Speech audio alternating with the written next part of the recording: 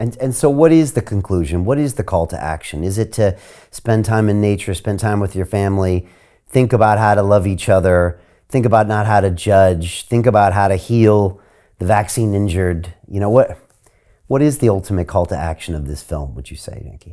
Well, what I suggest in the movie is, and I'll tell you where this came from. So I spent 12 years or so, I was obsessed with indigenous cultures.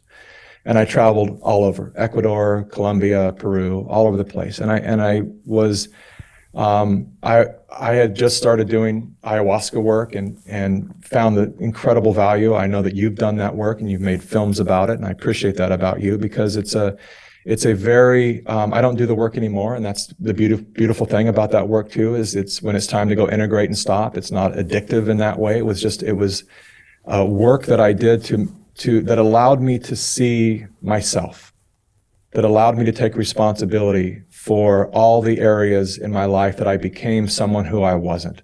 Any area that I was phony, any area that I was the cause of my failed relationships, it really helped me take responsibility for the actions and choices I took in life as a sovereign man.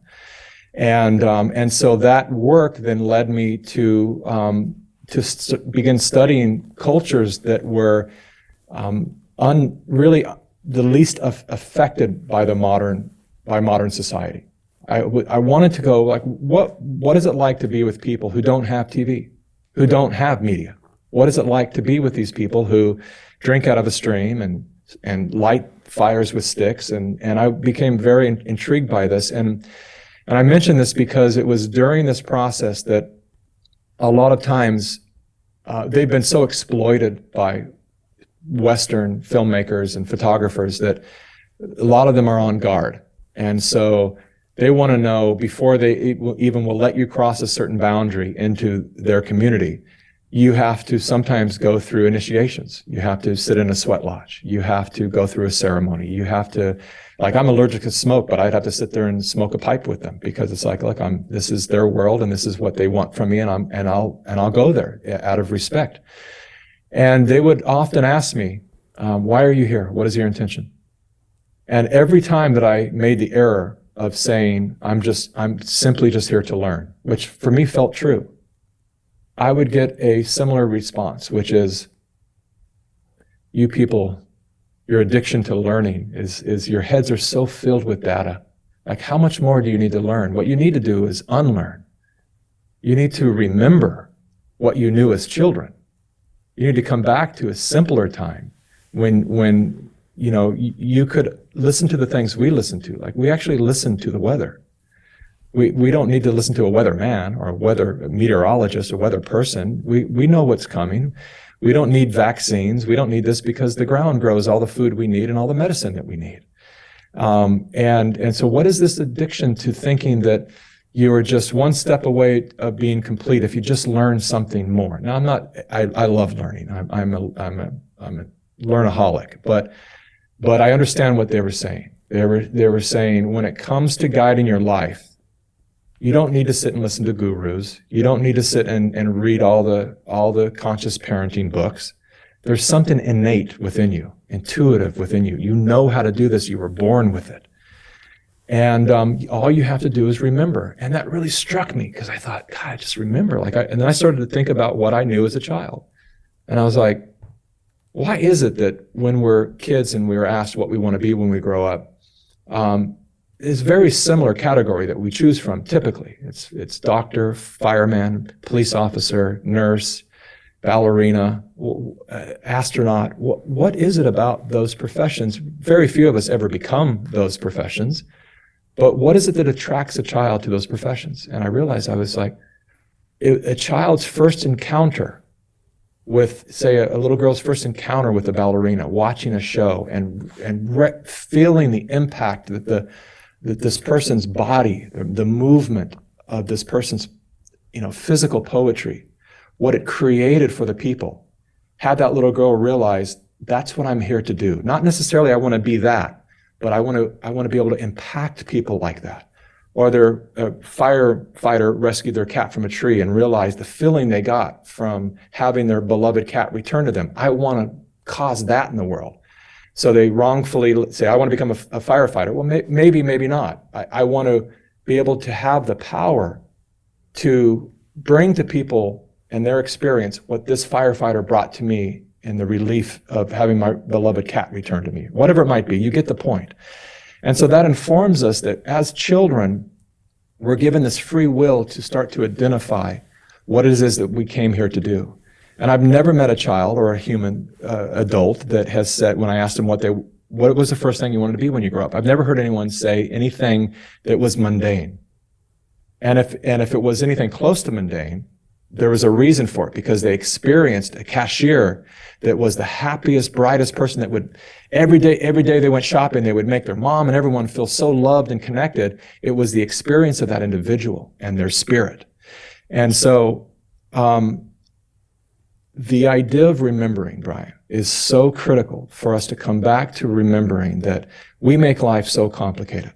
We think we just need to get another degree and then we'll be happy. We had just another $1 million in the bank, just one more car, just one more house, and then suddenly it's all gonna click into play.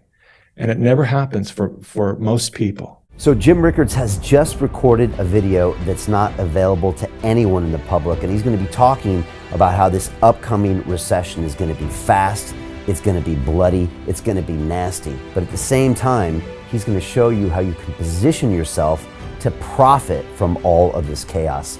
Now, we've made this video only available to our viewers. Go to londonreal.tv/Jim, watch that immediately.